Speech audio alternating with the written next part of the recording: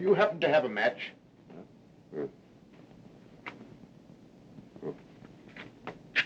Say, where you come from? This building is closed. Thank you. We'll have you the correct time. It is just 9 o'clock. Oh, thanks very much. Still, I don't understand.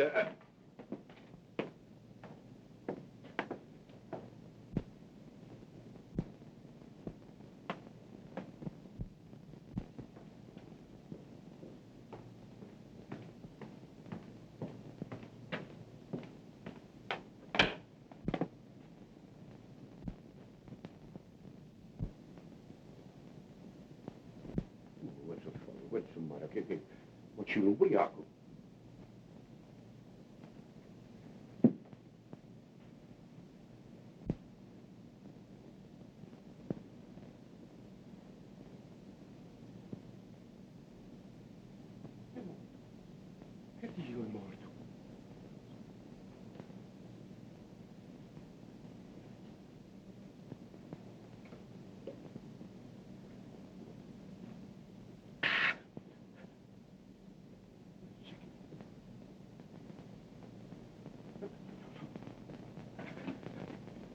Police! Police!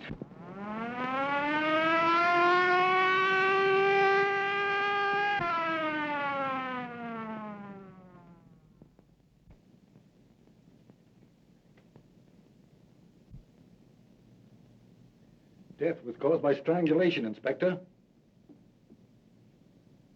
The murderer had powerful hands, and he knew what he was doing. How long has he been dead? I should say about an hour. What's your name? Luigi Bacigalupa. All right, Louis. What do you know about this? Me? I don't know nothing. I only know what I say over the phone. Well, let's have your story. Well, I knew something terrible was going to happen tonight. So you knew something, huh? Oh, Mike, what's excitement? Why, there's been a... Oh, yeah. I see.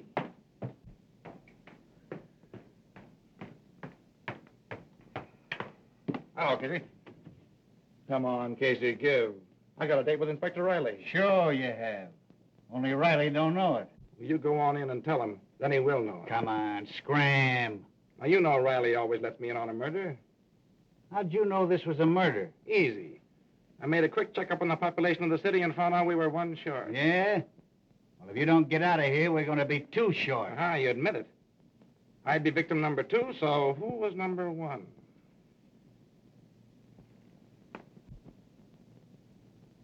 Garfield.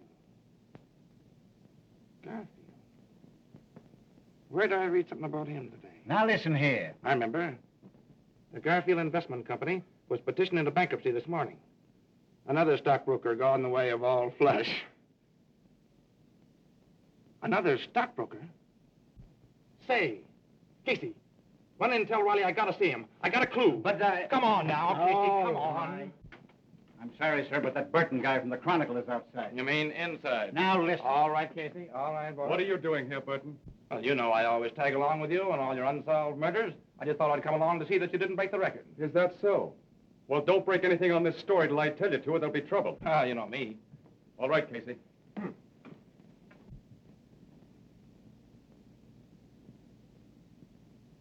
Strangled, huh? Just like the other cases. Yeah, that's not the only similarity either. When the murderer was leaving the building, he asked the janitor for a match and the time. Yeah? The fourth case we've had just like this in a month. Clues are all the same, and they lead no place. I think we've got a clue. What do you mean? Has the fact taken residence in your cranium that Garfield is the stockbroker, and that the other 3 victims of the recent murder cases were also stockbrokers? Where does that get it? Why, gives a tip on the kind of man to look for. Instead of wasting your time on thugs, you can concentrate on the clients of Garfield and the other stockbrokers. See, if we're going to suspect everybody in this country that saw on stockbrokers, we're going to be getting out indictments for half the population of the United States. Hogan's right, as usual. Your theorizing's okay, kid, but I'm with the inspector. We got to start with Bucci Galacci or Lacci. Oh, Louis. He got a swell peek at this guy as he left the building. I'm going to take him down to headquarters and let him drag an eye through the rogues gallery. The rest of the men from the homicide squad are here, sir. Send them in. All right, boys. Hi, gang. Doc, let me have a record of the autopsy as soon as you can. All right. Get me a complete photographic record of everything. Footprints, fingerprints, the whole works. Yes. If we fall down on this case, we're through, the bunch of us. And as for you, Mug, when you write this up, use only the barest details. I don't want them to know anything we found out. Say, Sherlock, I can write all you found out on a postage stamp and still have room on it to do a jigsaw puzzle. Is that so? You seen you?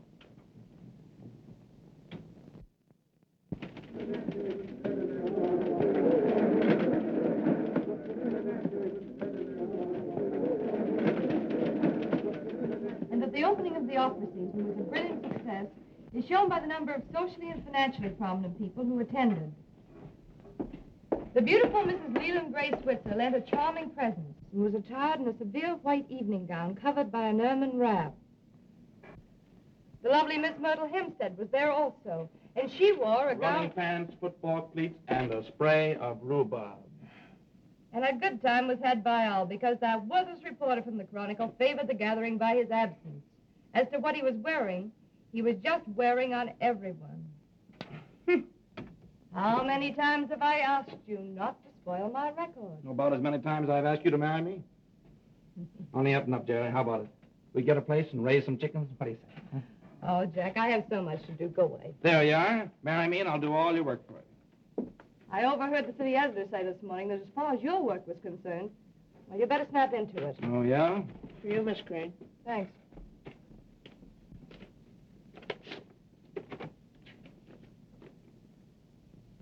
Love letter, huh? No, it's from Mother. Same old thing.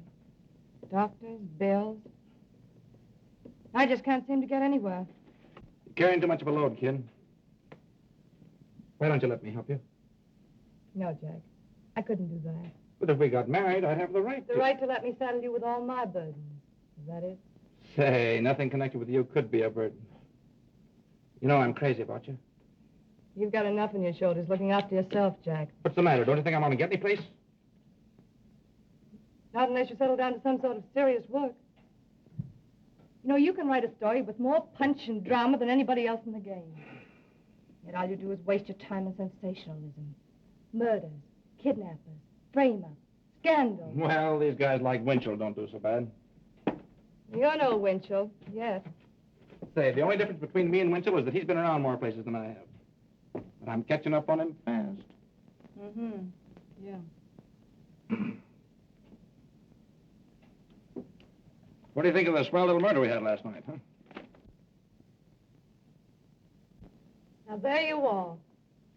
You would think that a murder were a show or something. Well, this one's going to be a show. It'll rock the town before it's through. Well, well, Philo Vance himself, in person. Good morning, Miss Crane. Good morning, Hogan.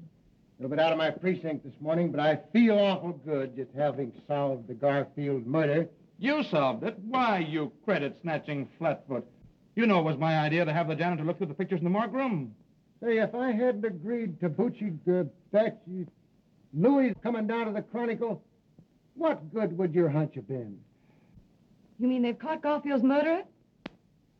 Yeah, got him in jail now. Congratulations, Mr. Hogan. That was pretty quick work, wasn't it? But listen to me, they'd had that guy in the who's go 6 hours sooner. Say, what's the matter with you? I come down here to tip you off to a scoop and you treat me like a relative or something. All right, how much is it going to cost me? That is outside my car and my next year's salary. No, I just wanted to see if you got the name right. Terrence Aloysius Hogan. All right, Hogan. You're not a bad guy. I guess you deserve a break. Yeah, spell that middle name right. It's Aloysius. Aloysius. Sure. How could I miss it? Aloysius. On the way down, I picked up a picture. Thought you might need it. Oh, yeah, I forgot about that. I could have got one from the morgue room, but probably there's a later picture. Yeah, that's a later when it's... Say, what is this? I thought you were going to give me a picture of the murderer. Why, if we print this, they'll prosecute us for libel in the human race. Why don't you let Miss Crane run it in the society cover? Be a sensation. Say, listen. When Riley hears about this, you won't get within 10 miles of the next murder. All this guy does is run around solving crimes and taking the credit away from the police.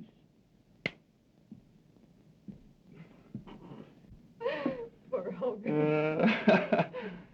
He means well, but he just ain't bright. Say, kid, what do you know about this big shot Breen, anyway? You mean Jerome Breen? Yeah, that's the baby. He's been giving the socialites an awful play lately. It's more in your line than mine. Well, I haven't got time to look him up in the files just now. Let me see. He came to town about 2 years ago. Mm-hmm. Bought the Tucker estate. Yeah. Everybody likes him. He's given thousands of dollars to charity and all that sort of thing. Boy, what a yarn for the front page this'll make. What's Breen been doing to get himself on the front page? Oh, he's the guy that killed Garfield and a few others, probably. Why, Jack, that's ridiculous. Jerome Breen isn't the sort of man who would murder anyone. No? Well, Louis, the janitor, possibly identified him as the man who was prowling around the building the night Garfield was strangled. Have you seen Mr. Breen? What does he say? Sure, I was with the squad when they picked him up. Naturally denies it, they always do.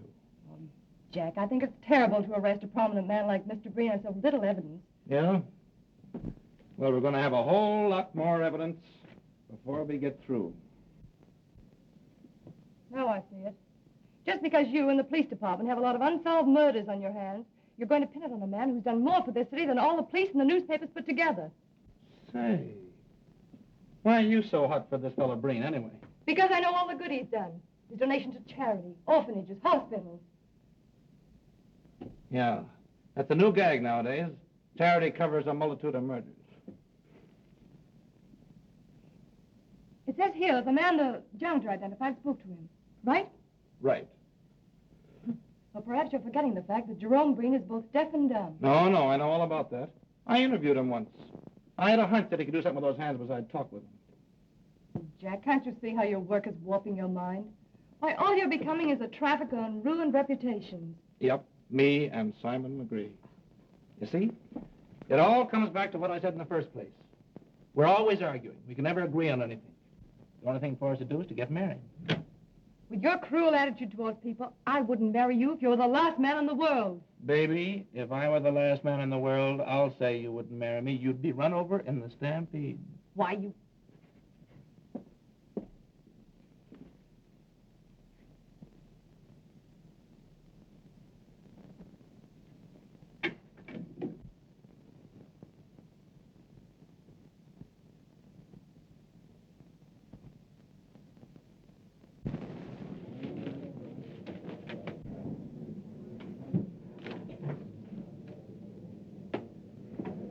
Evidently, the prosecuting attorney is considerably worried.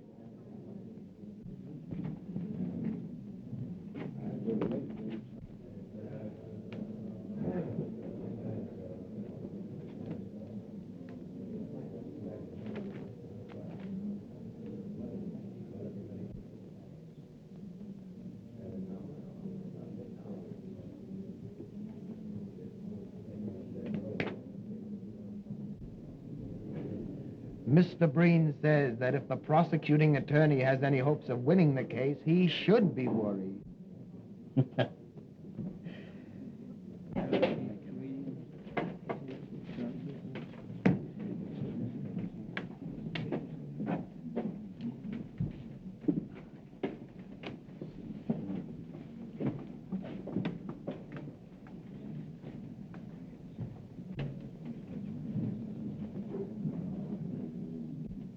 Jerry, look, if that guy can't hear what people are saying to him, I'll eat my hat.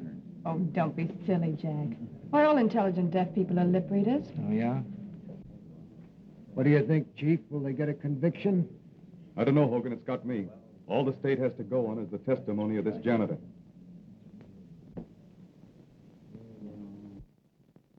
And every woman in town believes he's innocent.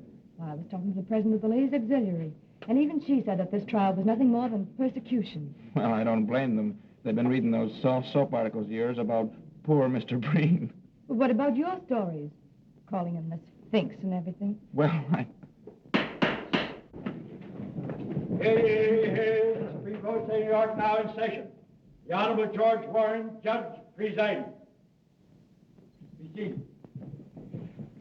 Continue. And when I have found the body, I call for the police. If you were to see this man again, would you recognize him? Sure. I have seen him again. You have? Where?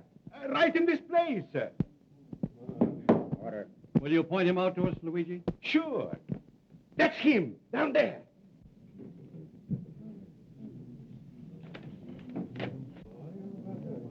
Order.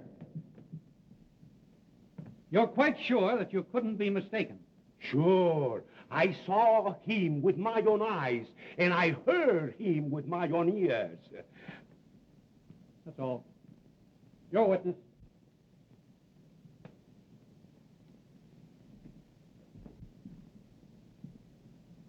Mr. Bacigalupi, have you ever had hallucinations? Come again? Order. I mean, do you ever imagine that you hear things or see things? Your Honor, I object. Objection sustained.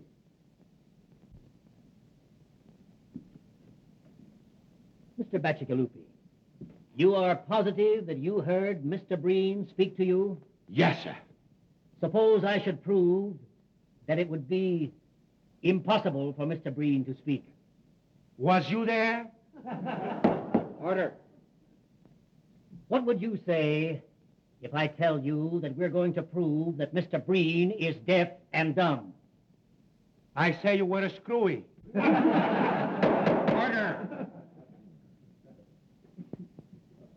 You take a drink now and then, don't you? Sure.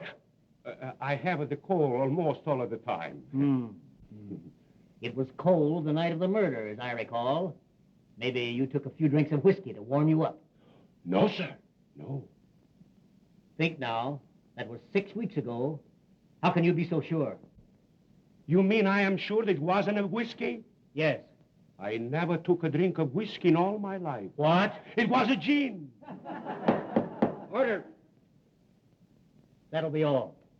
Yeah. Your witness, Mr. Prosecutor. Is that all with this witness? No more questions. You are excused. Huh?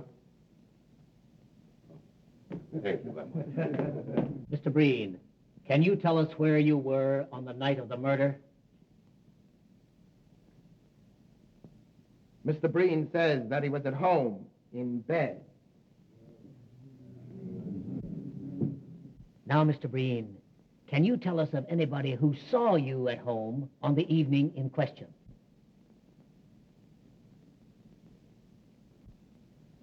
Mr. Breen says that I was at his house at the time. All right, Mr. Jenks. We'll get your testimony later. That will be all, Mr. Breen. Your witness. You see, if Mr. Breen weren't innocent, he could have hired a flock of witnesses to prove an alibi. Yeah? And if he's the shrewd boy I think he is, that's just what he wouldn't do. Oh, Jack, I'm surprised at you. Why, this is the flimsiest evidence I've ever heard given in a murder trial. I don't give a hang about the evidence. I tell you, Louis is right. If this guy's acquitted, we're going to have some more murders. Oh, ridiculous. Your name? Augustus Calvin, Your profession? physician and surgeon. Dr. Calvin. Doctor, have you examined Mr. Breen, the defendant? I have. Did you discover any abnormality in his physical structure? Yes, Mr. Breen can neither hear nor speak. Order. Just what, specifically, is the cause of his misfortune? Mr. Breen has paralysis of the vocal cords and the oral nerves. Well, just how long, in your opinion, has this condition existed? It was congenital. He was born with it. Order. Thank you. That'll be all. Your witness. The court, please.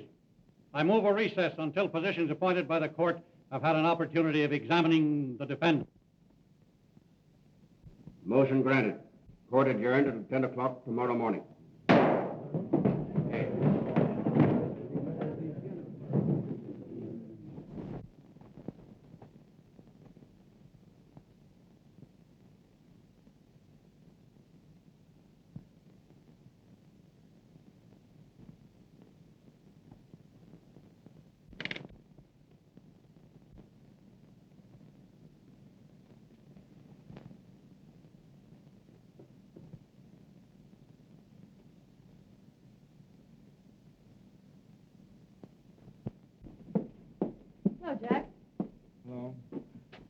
I'll bet you're enjoying that more than any story you ever wrote. Please, Jerry, go away and let me enjoy my piece, will you? Oh, forget it, Jack. Why, you just had a wrong slant in the thing from the beginning. Wrong slant, huh? Say, it would take more than the decision of 12 dumb clucks to make me change my opinion. I suppose all we gotta do now is to sit back, wait for some new murders, and cheer. Oh, don't be silly. Hey, I'll be through this in a minute. How about tying on the old feed bag? I'm sorry, I have an engagement. Yeah? Who's the lucky guy? To a very, very dear friend of yours. All right, who is it? Mr. Jerome Breen. Jerome Breen. Mm-hmm. Mr. Breen dropped me a note thanking me for my kindness in the articles I wrote about him during the trial. Invited me to his home. Jerry, you're not really going up that fellow's house. Why, of course I am. I talked to the boss about it, and he's going to pay me extra money for a series of articles on Breen. Listen, baby, honey, listen. I know there's something screwy about that guy. Why, the idea of you being alone with him would drive me crazy. Oh, Jack, pull yourself together. Why, everyone you see lately is a boogeyman. This criminal court assignment of yours must be getting on your nerves. Jerry, if you go up to that man's house, I'll... Oh, that'll be swell. Only don't make it a habit.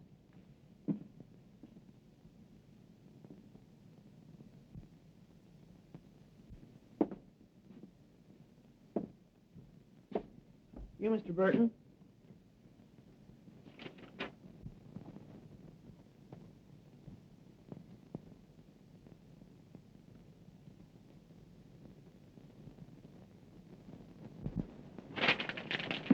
All right, son. Say, Mr. Burton, there's a question I've been wanting to ask you for a long time. Go ahead, shoot. I know all the answers except the right one.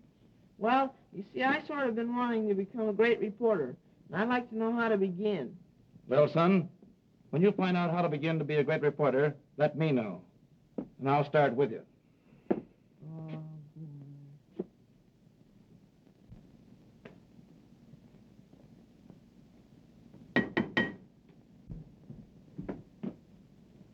How do you do?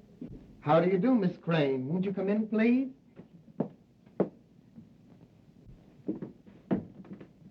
If you please.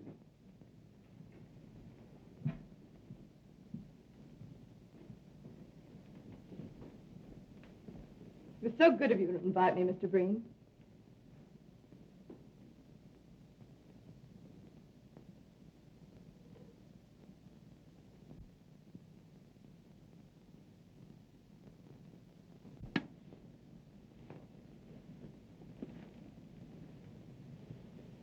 It's a lovely house you have here.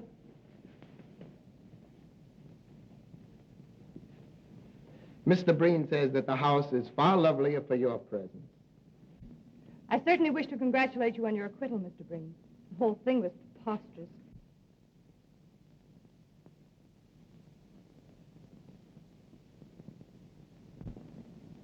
Mr. Breen says that your articles in the Chronicle were more effective than anything else in showing how preposterous the accusation really was. My. If these compliments continue, I'm sure I'm going to be so conceited I won't be able to write a good interview.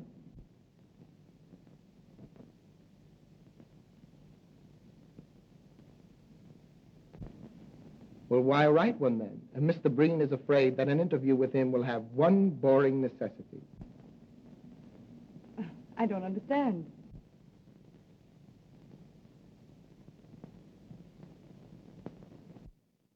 You will be compelled to talk about him when he feels it would be much more interesting to talk about you.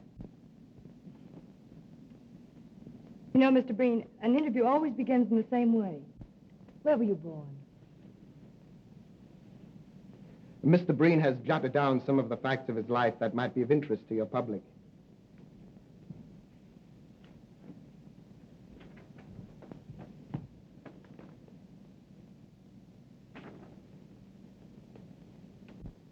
You may use the material in any way you see fit. Why, this is splendid.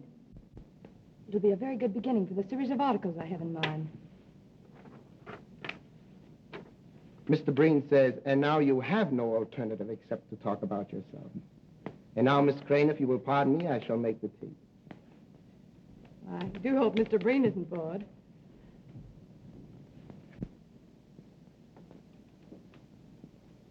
Hey, Tony, Yes, Lloyd. fill him up again.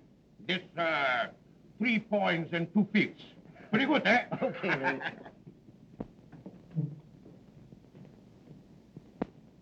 There you are. Ah, thank you. Hello, Louis. Hello, Mr. Burton. Well, when'd you give up drinking gin? Me first drink the wine, then the prohibition she comes, and me and all the good American citizens drink the gin. Then the law, he says, we must drink the beer.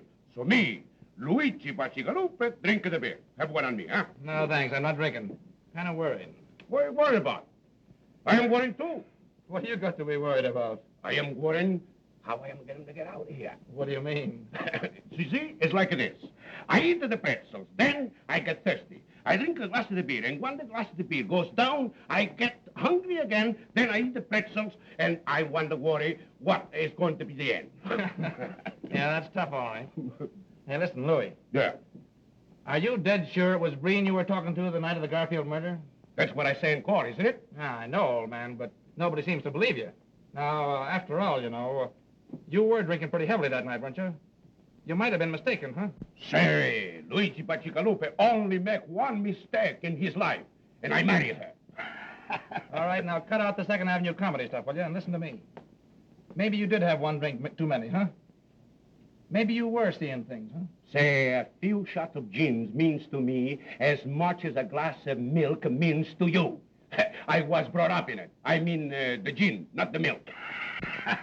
But man alive, how could it have been Breen you were talking to if he couldn't talk? Say, this is the last time I'm going to speak to you about this. I know what is what, and I know what is what not. If I have to decide, and what judges and lawyers and the like, and what I see with my own eyes, I stick to what I see with my own eyes. Say, that guy Brain is a bad egg. And anybody that gets mixed up with him is going to be in trouble sooner or later. Maybe sooner.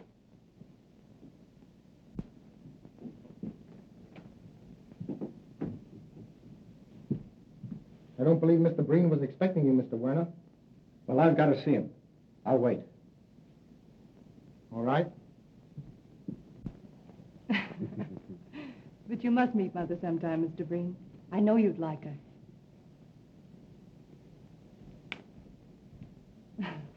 Mr. Werner's calling. Oh, I had no idea it was so late. I simply must be going.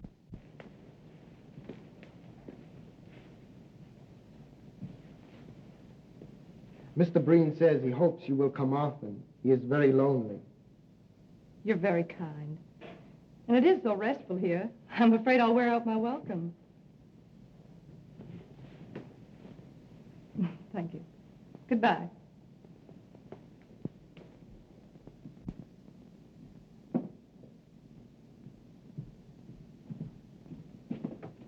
Good afternoon, Miss Crane. Goodbye. I think Mr. Breen will see you now. You bet he'll see me. If he knows what's good for him.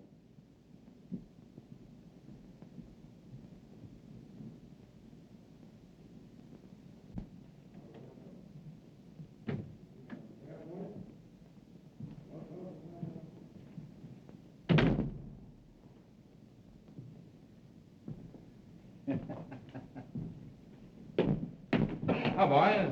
Hello, Hogan. Rally in. Yeah, he's in. You better stay out. What's the matter? Hydrophobia. Ah, well, he's always glad to see me. Hey, listen, you. Did you hear what I said? I said no. Well, go ahead. Make it snappy. What do you want? Me? Oh, I just dropped in for a drink. Do you know better than to drop into a police station for a drink? I don't know what this country's coming to when a guy can't get a drink in a police station. Come on, Scram, I'm busy. That's all right. You're not bothering me. See where your girlfriend Jerry's playing around with your old pal Brain.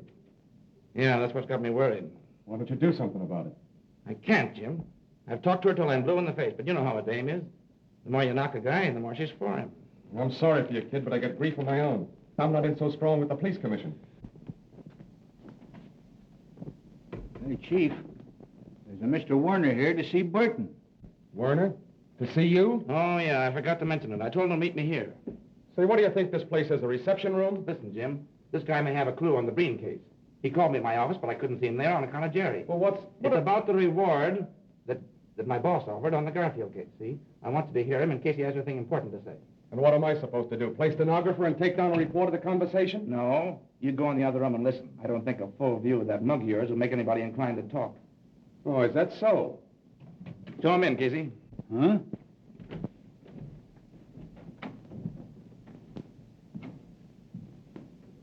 Hello, Mr. Warner. All right. Have a seat.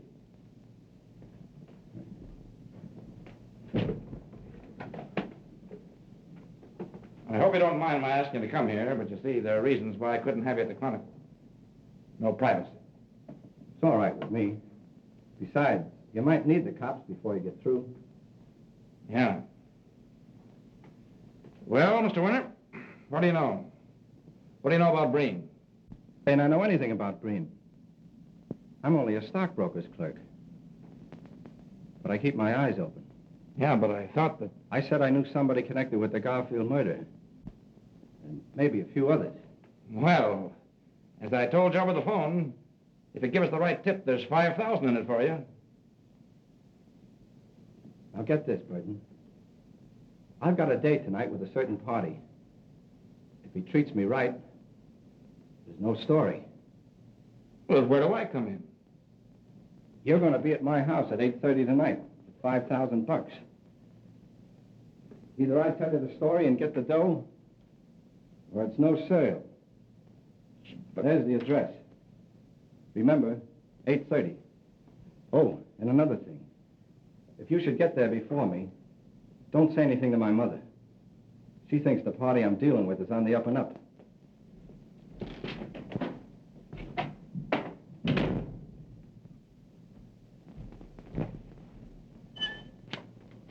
Well? We'll be there tonight at 8:30.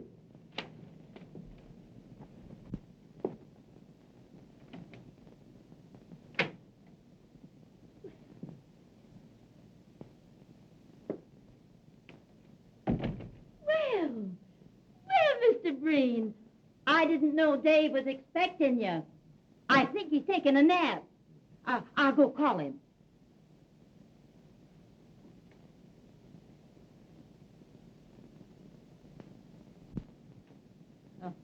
Yes, upstairs.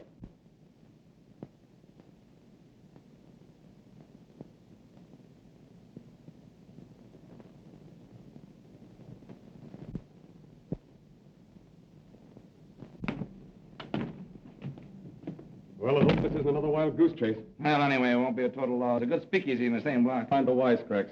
Better get going. It's 8:10 now.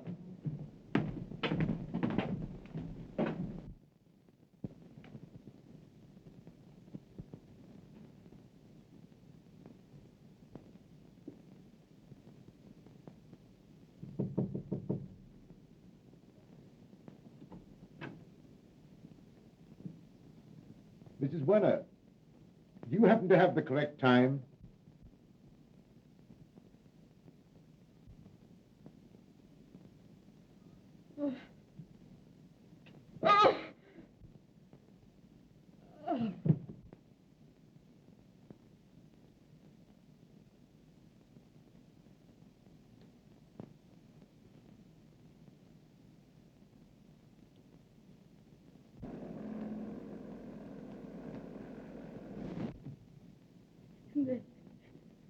Then Breen, when he asked me the time, I couldn't remember anything else.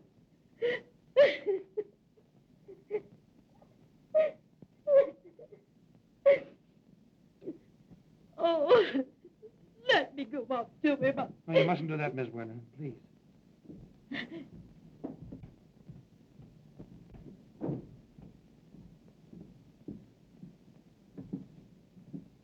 Well?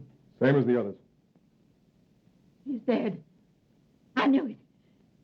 I knew it! Oh. Oh.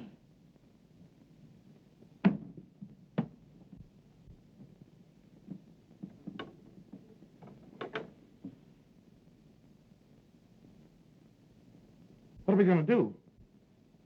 Undoubtedly, Werner knew Breen's secret. That's why Breen did away with him. Yeah, that's right. We're going to that skunk's house. Hey, what about her? We'll take her to the neighbors. Come on.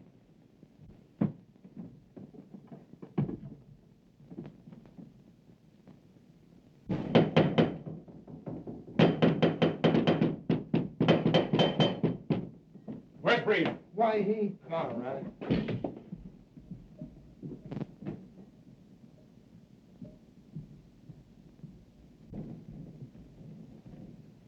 Get up, Breen. I want to talk to you.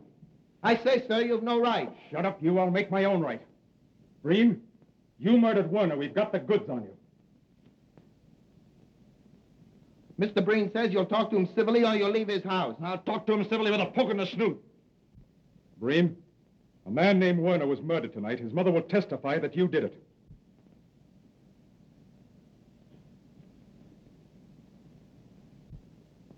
Mr. Breen says, why don't you arrest them again and make yourselves the laughing stocks you were in the Garfield case? Why, you... If you're innocent, how do you explain the people who will identify you as the man on the scene of the crime?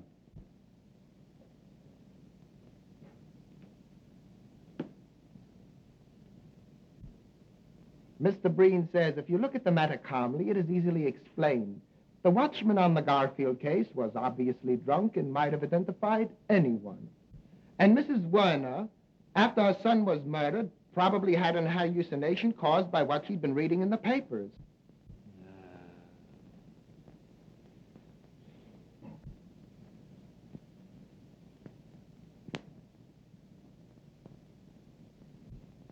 Mr. Breen is very sorry to hear of young Werner's death. He liked the boy immensely, and he will do all he can in order to help to bring the murderer to justice. Thanks. Breen, where were you tonight at 8:30? Mr. Breen has had a very bad cold. He lay down at 6 o'clock and slept until you gentlemen wakened him. Uh-huh.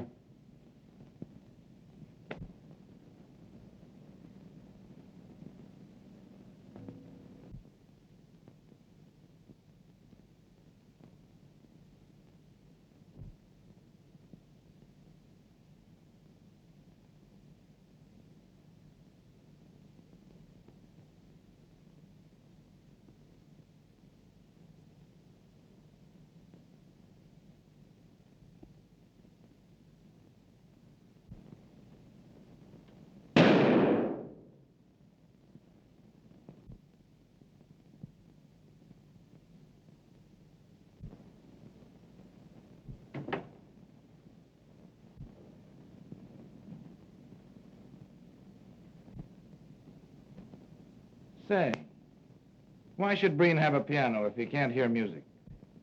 Mr. Breen has the piano for the enjoyment of his guests. Oh, yeah.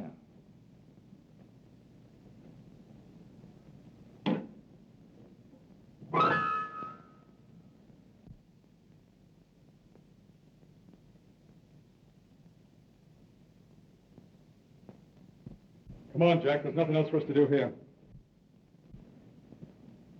Good night, Mr. Breen. I'm sorry we disturbed you.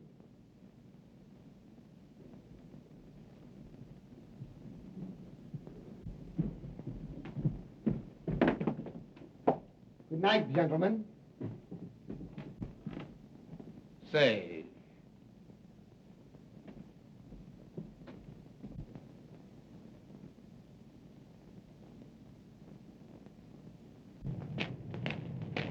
what do you make of it, Jim?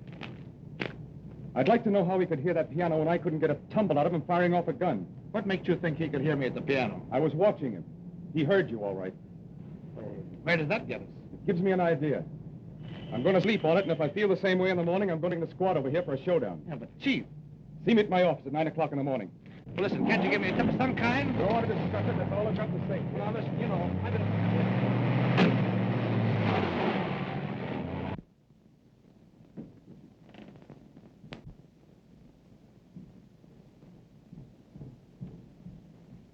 That copper's onto something.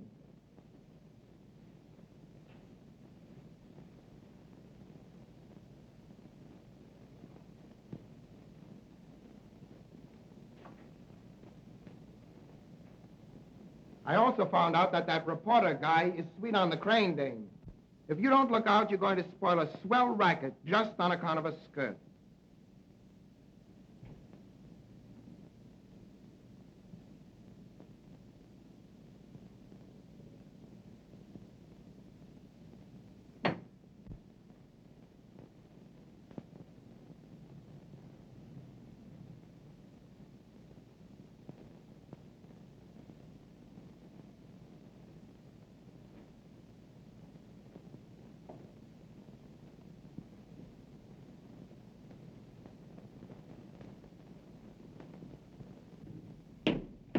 Hi, boys.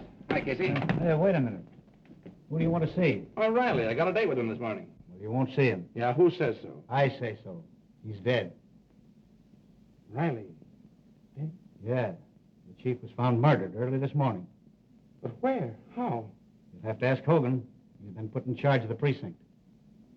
I should have known it. Riley was on the Breen. He had to get him.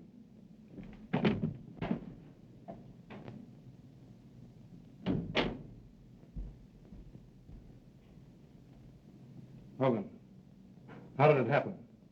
Tell me about it. Riley's wife found him in bed, 7 o'clock. Strangled like the other guys. How could the murderer get to him? Easy. Alleyway and a fire escape leading to his bedroom window. Now I know it's Breen. Yeah? What are you going to do about it? Can't get anything on him.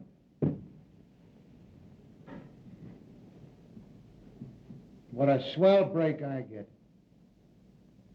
For 15 years, I've laid for this inspectorship, and now they hand it to me with 5 unsolved murders staring me in the face. What's the police commission got to say? They give me 2 weeks to find the murderer of Riley, or I'm canned. You can send in your resignation right now. You get anything on Breen, he'll take care of you just as quick as he took care of Riley. Yeah.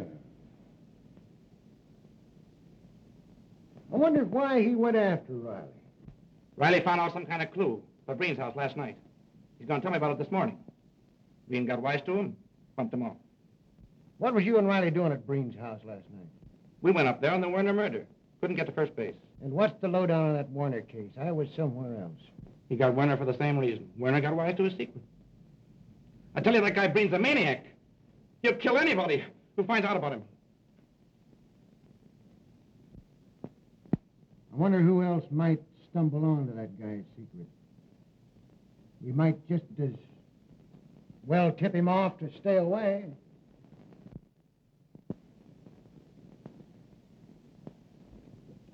Jerry Crane. What about her? I mean, she's been seeing Breen all the time. She might stumble onto his secret. I thought she was your girl. She used to be until this guy started working on her, hypnotizing her. I gotta do something. Say, wait a minute. Let me talk to her. I got away with these dames. Yeah, all right. Say, give me the Chronicle right quick. Yes, we know, but don't you realize the danger you're in? I'm sorry, Mr. Hogan, but I can't see it that way. Why, I know Mr. Breen better than any of you. He couldn't possibly be guilty of the things you're talking about. But, Jerry, dear, don't you understand? We've been working on this thing. We can see things you can't. Jack, you should know better. When people go snooping around with wild ideas in their mind, the first thing you know, they begin to believe them. As a matter of fact, you're asking me to believe the rottenest things about one of the finest men I've ever met. We're not asking you to believe a thing. All we want you to do is to stop associating with Breen. What do you mean, associating with Breen? Well, everybody's been talking about it. It's even been in the newspapers. All these visits you've been making to his house. Which only means that the gossipers and columnists in the other papers are following in the footsteps of Mr. Burton of the Chronicle. You're very foolish. Risking your life for a woman's whim. Why, this is no whim, and Jack knows it very well. I'm writing a series of articles on Mr. Breen.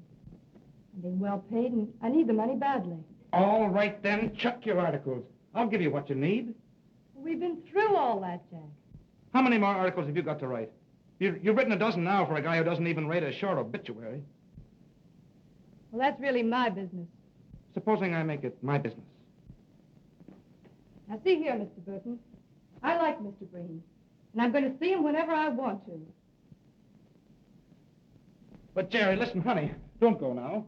Have dinner with me and talk it over. As a matter of fact, I'm having dinner with Mr. Breen. What?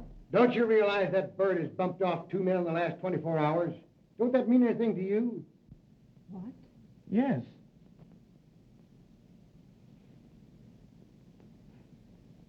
No more than it would to Jack or any other reporter covering an assignment. Even if it were true. But, Jerry... Oh, I'll tell you what I'll do. If it'll make you feel any better, I'll ask Mr. Breen not to murder me. But, Jerry, listen, supposing you should stumble onto his secret. I won't, my dear. I'll pick my steps.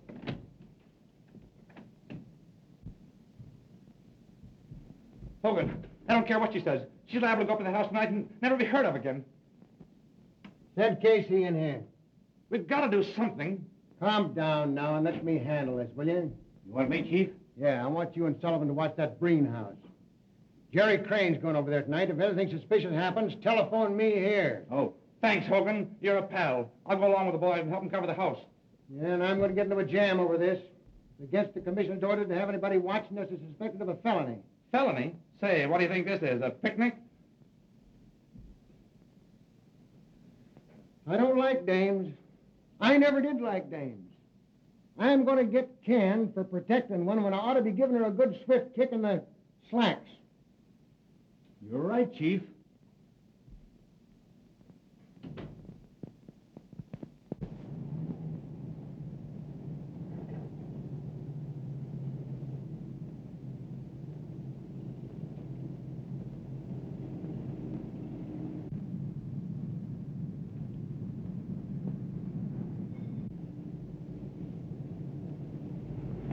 Is that the Crane dame just went in the house? Yeah, I was talking to Burton when she went by.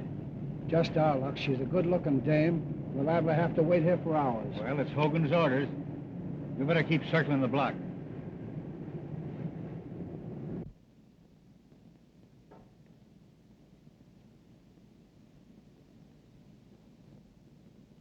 But I'm finishing the articles, Mr. Breen.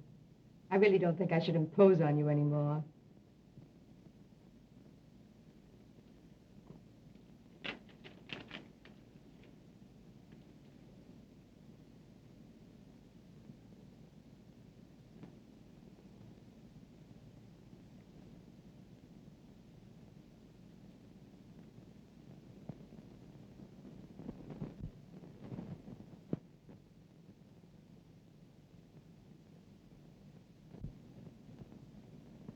I can't see any reason why I should stop coming up here.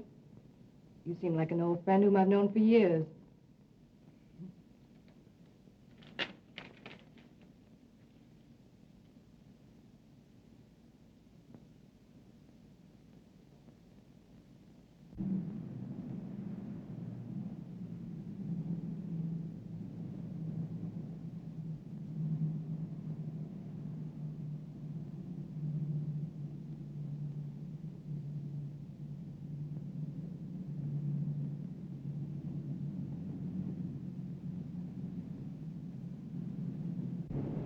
Got a cigarette, Casey?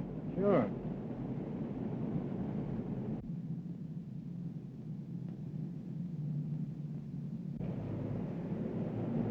Better walk on. I got a hunch that guy spotted us.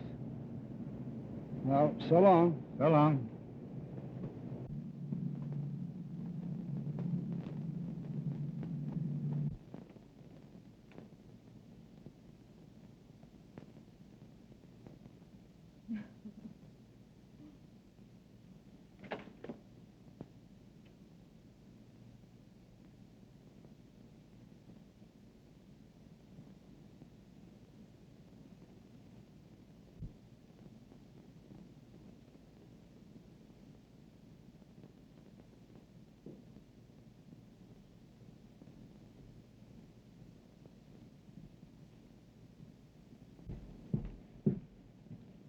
I told you about that dame. There are a couple of dicks outside watching the house.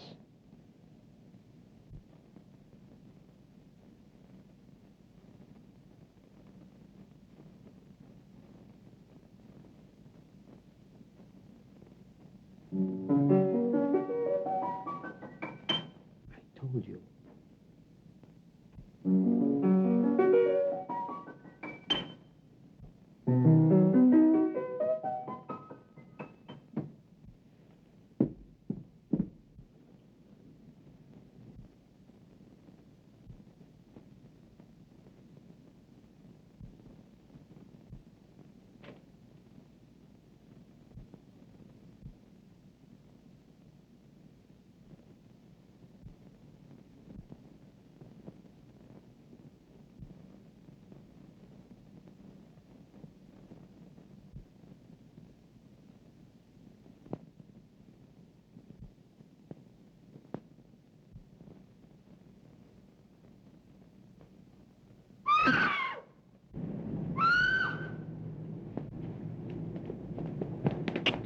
Phone Hogan.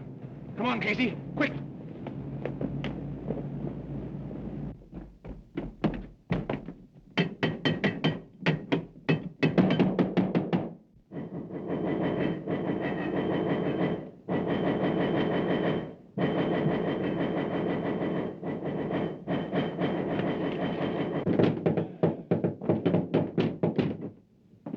Gentlemen. Get in there.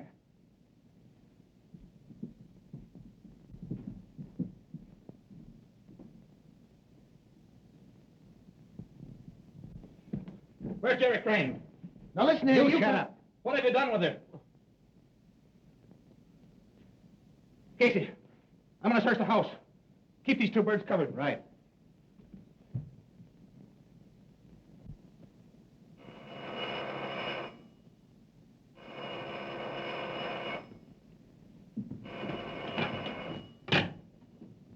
Hello? Hello? Yeah, Hogan? I'll have the squad right there. Get on the way, boys. Get on your toes. We're leaving. We're on our way.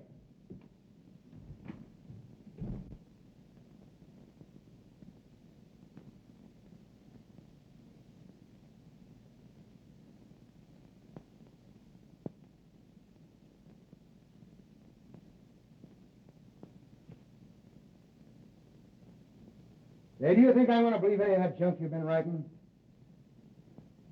Now, look here, I'm going to get the truth out of you if I have to choke it out of you.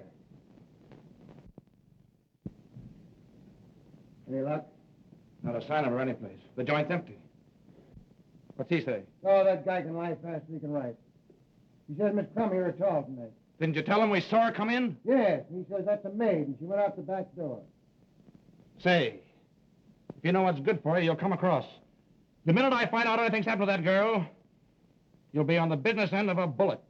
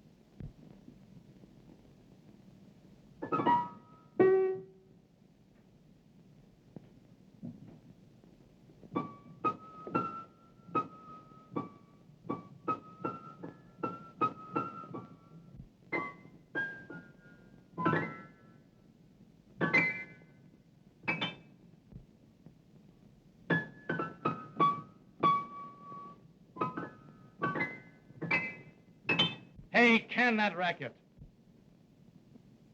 You just ain't got no ear for music. Besides, I think a lot better when I play. Yeah? Say, I got a hunch I've got the secret of this mystery right at my fingertips. I tell you, Jerry's right here in this house. Yeah, that's right.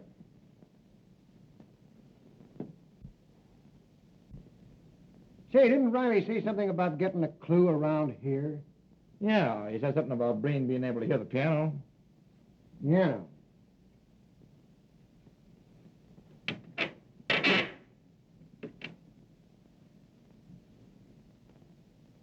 Well, I don't know what kind of a clue he'd get out of that. Yeah. Whoopsie.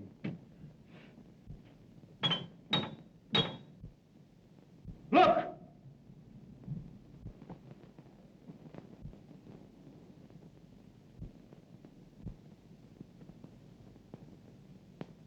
Get that guy!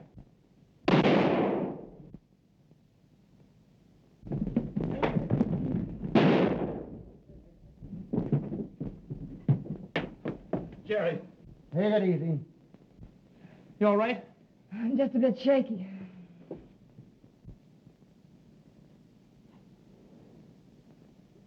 Yeah, you take it easy there, boy. Oh, I told you not to trust this fella, didn't I? Thought you said she wasn't here.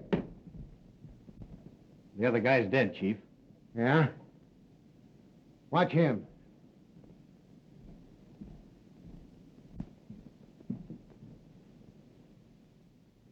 Well.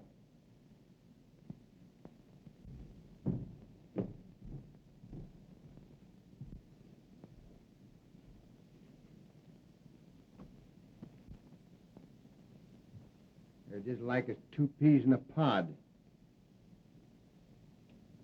They can't both be deaf and dumb.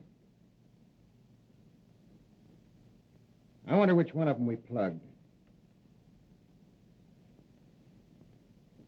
Hey, can you talk or can't you?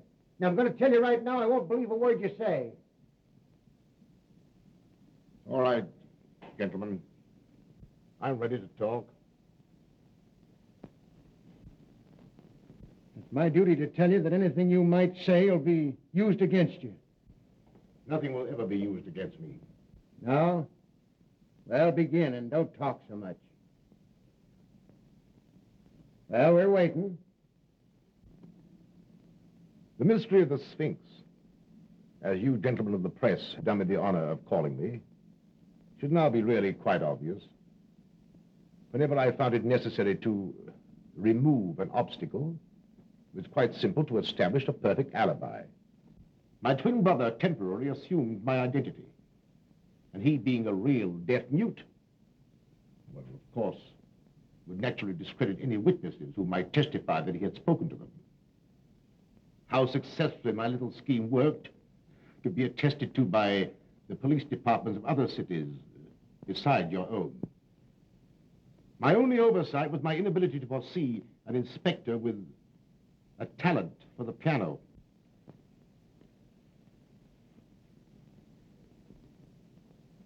So you admit that you got Garfield, eh? Unfortunately, I did. I formed a stock pool with 4 other brokers with Garfield. They didn't like the way I did business and threatened to go to the district attorney. Well, I had to protect myself. Why, of course. And Werner and Riley, what about them? Werner was a skunk. He tried to double-cross me. Riley got suspicious about the piano. And Jenks, was he in on this? Where is that guy? Jenks is miles away by now. Suppose you ask him. You won't talk, eh? Well, suppose we get going before you get a chance to get miles away. Snap 'em on him.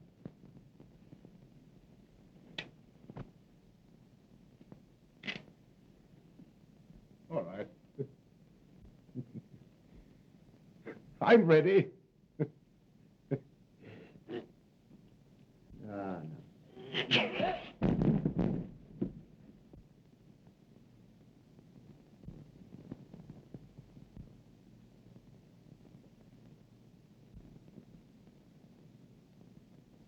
He's dead. Must have been heart failure.